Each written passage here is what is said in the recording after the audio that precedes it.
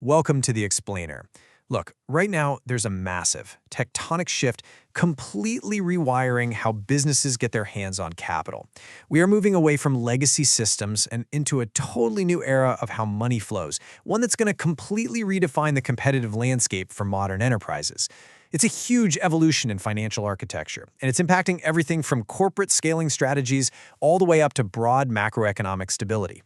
We've all heard the horror stories, right? The systemic tightening of traditional credit markets is a universal pain point. As regulations pile up, securing a commercial loan from a legacy bank these days means navigating endless paperwork, ridiculously strict underwriting, and a super high chance of just getting a flat no. For companies trying to move fast, the legacy banking apparatus often feels like it's quite literally designed to reject them. So that brings us face to face with a pretty critical, almost existential question. Where do you actually go when the bank says no? Historically, a rejection from a major bank was basically the end of the line. Your growth plan stalled out.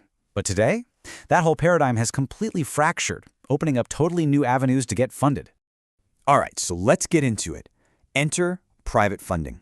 What we're really talking about here is cutting out the middleman.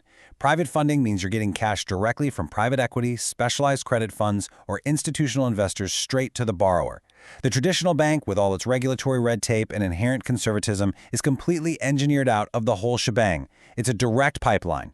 It's a totally different mindset, too. Think about it. Traditional banks are inherently backward-looking. They obsess over your past history, hard collateral, and checking regulatory boxes. But private credit, they're forward-looking. They care about your future cash flows and their return on investment.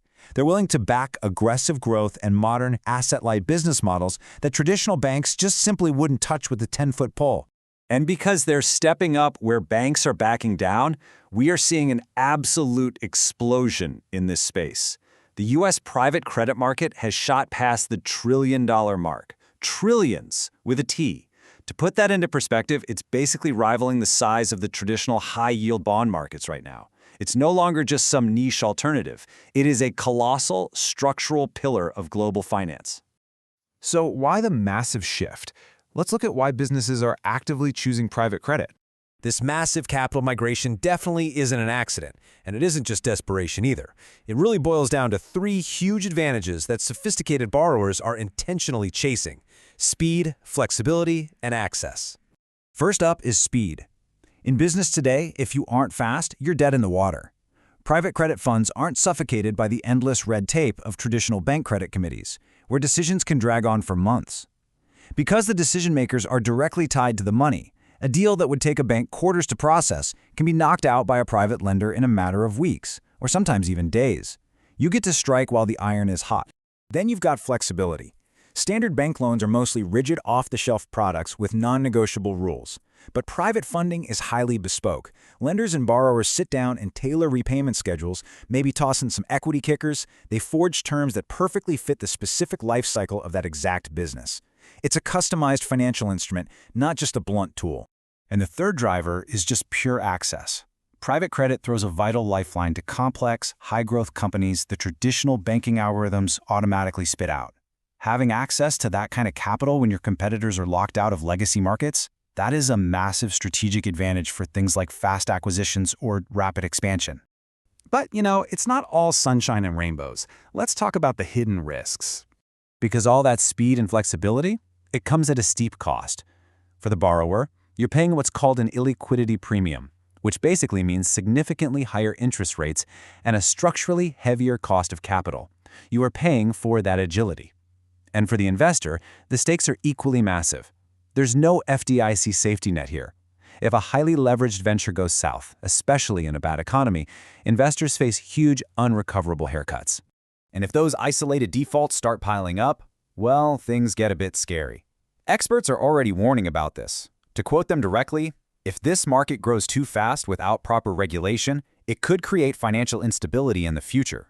We're essentially looking at a multi-trillion-dollar shadow banking system operating largely outside traditional central bank oversight. If credit quality drops across the board, it could ripple into a severe macroeconomic threat. All right, so where is all this heading? Let's explore the future of lending. This brings us to a really fascinating crossroads. With private credit blowing up into the multi-trillions and boasting such big structural advantages, are they just going to completely replace traditional banks? Well, the short answer is no. Banks aren't going extinct anytime soon. We still absolutely need them as the foundational bedrock for global deposits, treasury services, and that cheaper baseline credit. The stability they provide is basically irreplaceable. But their historical monopoly on high-yield corporate growth capital, yeah, that era is officially over. What we're moving toward is firmly a hybrid system. The smartest enterprises aren't just picking one or the other, they're strategically layering them. We're going to see businesses using a traditional bank for their everyday working capital, but then tapping into private credit for a fast, aggressive acquisition. It's evolving into a highly strategic, blended approach. And here is the big takeaway for you. Understanding the shift right now gives you a massive early advantage. The CFOs and operators who can truly master this hybrid landscape, the ones who can balance the cheap, rigid capital of a bank with the fast, expensive money of private credit, those are the folks who are going to absolutely dominate their industries.